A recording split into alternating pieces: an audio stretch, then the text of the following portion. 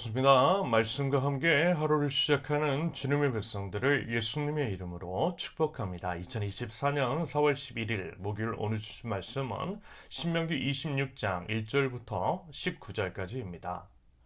주 당신들의 하나님이 당신들에게 유산으로 주시는 그 땅에 당신들이 들어가서 그것을 차지하고 살 때에 당신들은 주 당신들의 하나님이 당신들에게 주시는 땅에서 거둔 모든 농산물의 첫 열매를 광주리에 담아서 주 당신들의 하나님이 자기 이름을 두려고 택하신 곳으로 가지고 가십시오.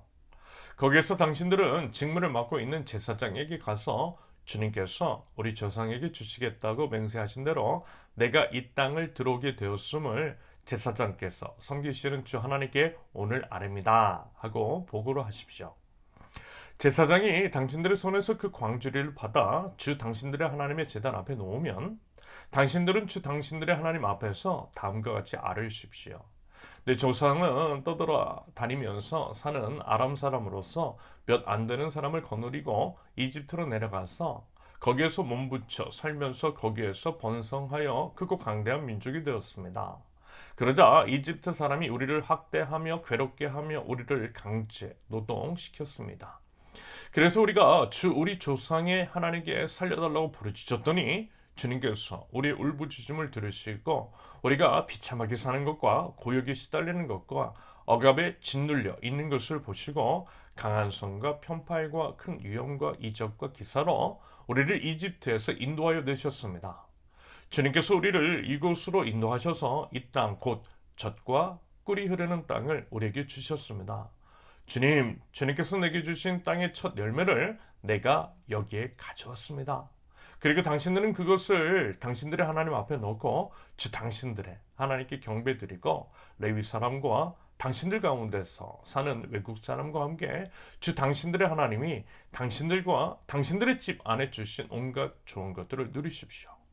새 해마다 11조를 드리는 해가 되면 당신들은 당신들의 모든 소출에서 열의 하나를 따로 떼어서 그것을 레위 사람과 외국 사람과 고아와 과부에게 나누어 주고 그들이 당신들이 사는 성 안에서 마음껏 먹게 하십시오.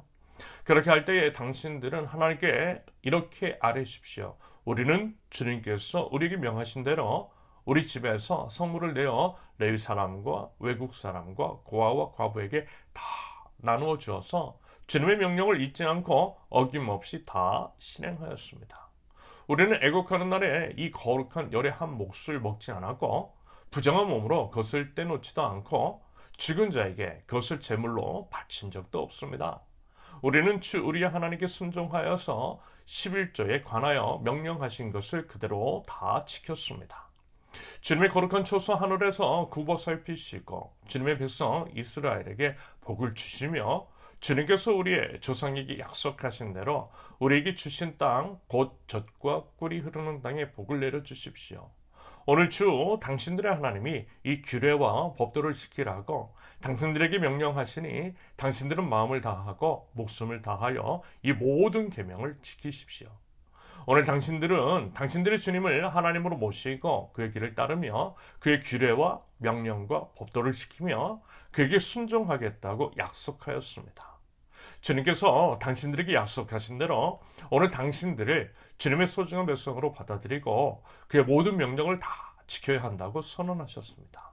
주님께서는 그가 지으신 모든 백성보다 당신들을 더욱 높이셔서 당신들이 칭찬을 받고 명예와 영광을 얻게 하시고 또 말씀하신 대로 당신들의 하나님의 거룩한 백성이 되게 하실 것입니다. 아멘.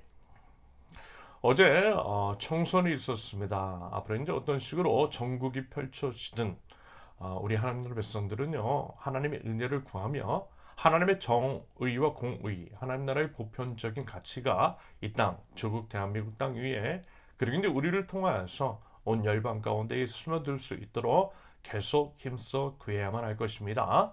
여러분, 우리는요 하나님 나라 백성입니다.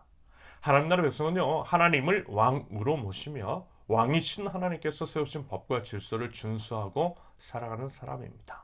그것이 바로 우리의 믿음인 것이고 믿음의 삶인 거죠. 그런다고 할 때 당연히 우리는 하나님 나라 법과 질서, 하나님 나라 가치가 무엇인지를 알아야 할 것입니다. 그러면서요, 성경에 드러난 하나님은 분명 약자의 하나님이시잖아요. 당연히 약자의 하나님만이 아니라 모든 사람의 하나님, 공평하신 하나님이시지만 엄연히 이제 우리가 사는 세상은 약자들에게 불리하고 불평등, 불공정이 심화된 세상이기 때문에, 그리고 이제 그로 인해 기본적인 사람의 존엄마저도 존중받지 못하는 것이 약자이며, 약자의 삶이기 때문에 그것을 바로 잡으시기 위해서 마치 하나님께서 약자를 편애하시는 것처럼 보일 수 있는 것입니다. 말하자면 약자의 하나님이시라는 것은요, 그런 의미인 것이고요. 그런 맥락에서 성경 보시면요, 성경적 정의는 약자에 대한 하나님의 편애라고 하는 것이 이해가 돼요. 아울러 이제 우리가 본받고 따라야 할 예수 그리스도이신 예수님의 삶을 보면요, 정확하게 이 구도 안에서 이해가 가능합니다. 다시 말해서요, 예수님은 약자의 하나님이심을, 약자를 편애하시는 하나님이심을 드러내고 있다라는 것입니다. 그러므로 우리가 진정 성경을 알고 있고요, 예수 그리스도를 따른다라고 한다면, 여러분, 우리는 과연 어떤 선택을 해야 할까요? 여전히 강제의 논리를 따라가고 그들에게 힘을 실어주는 것이 과연 하나님 나라 백성다운 선택이겠느냐라고 하는 물음을요, 여러분 각자 자신에게 한번 해보실 수 있기를 바랍니다. 여러분, 우리는요, 어떤 이데올로기라든지 사람의 이제 사상 또는 특정 인물이나 단체를 따르는 사람이 아닙니다. 하나님 나라 백성, 하나님께서 세우신 하나님 나라 원리에 따라서 사는 사람이 우리인 거죠.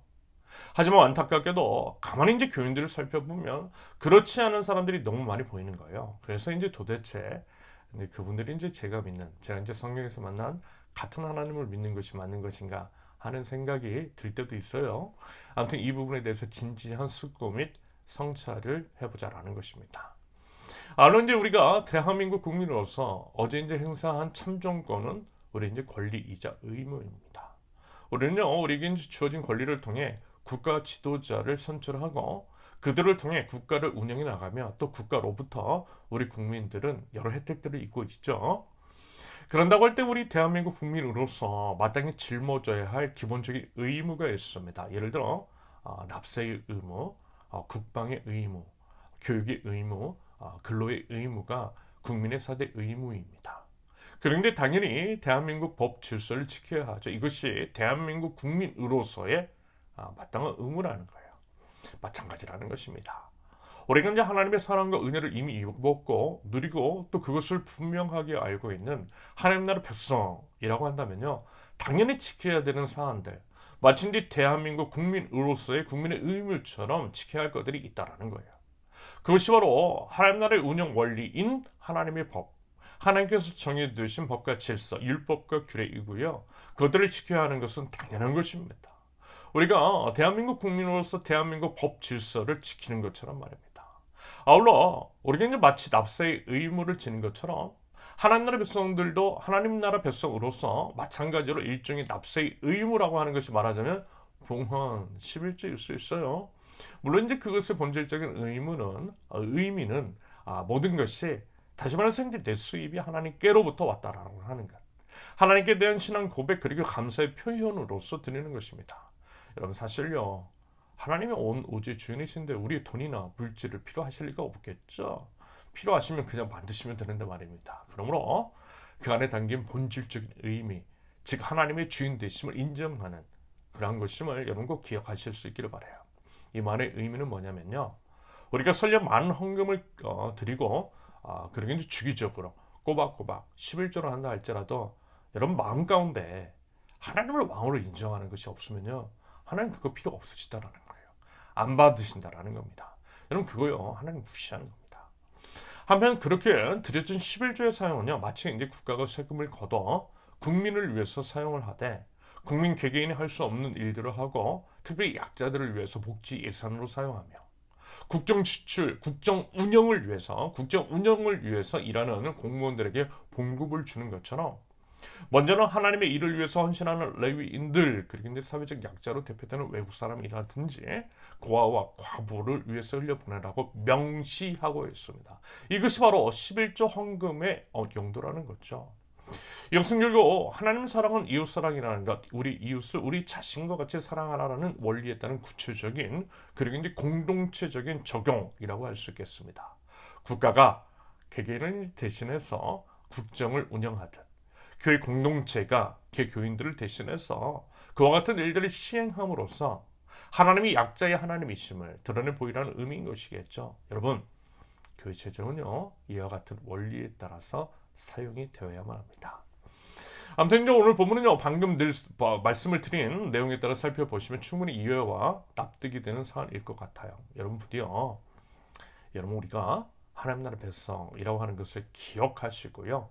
우리가 하나님 나라 백성이라면 과연 어떠한 삶을 살아야 할 것인지에 대해서 조금만, 아주 조금만이라도 더 생각이라고 하는 것들을 하면서요, 우리 신앙을 생활을 하신다면 우리 개개인의 삶은 물론이고요, 우리를 통해서 우리가 속한 이 세상도 분명 하나님 나라다워질 것이라고 믿습니다. 말하기는 그 믿음을 가지고 믿음에 따른 삶을 살아가는 하나님 나라 백성들, 저와 여러분들이실 수 있기를 예수님의 이름으로 축원합니다. 함께 기도합니다.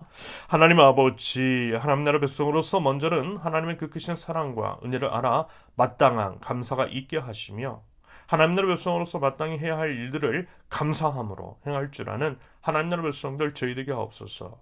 저희 삶을 통하여서 하나님의 사랑과 은혜, 정의와 공의가 드러나게 하시며, 조국 대한민국을 위해서 기도할 때에 하나님, 이번에 꾸려진 입법부를 통하여서 대한민국 안에 좀 더 하나님 나라의 가치와 원리에 가까운 정책들이 수립되고 시행될 수 있도록 하나님 인도하여 주시고 은혜에 은혜를 더하여 주시옵소서. 예수님의 이름으로 기도합니다. 아멘. 하나님께서 오늘 주신 말씀과 각자의 기도 제목을 놓고 우리 잠시 기도합니다.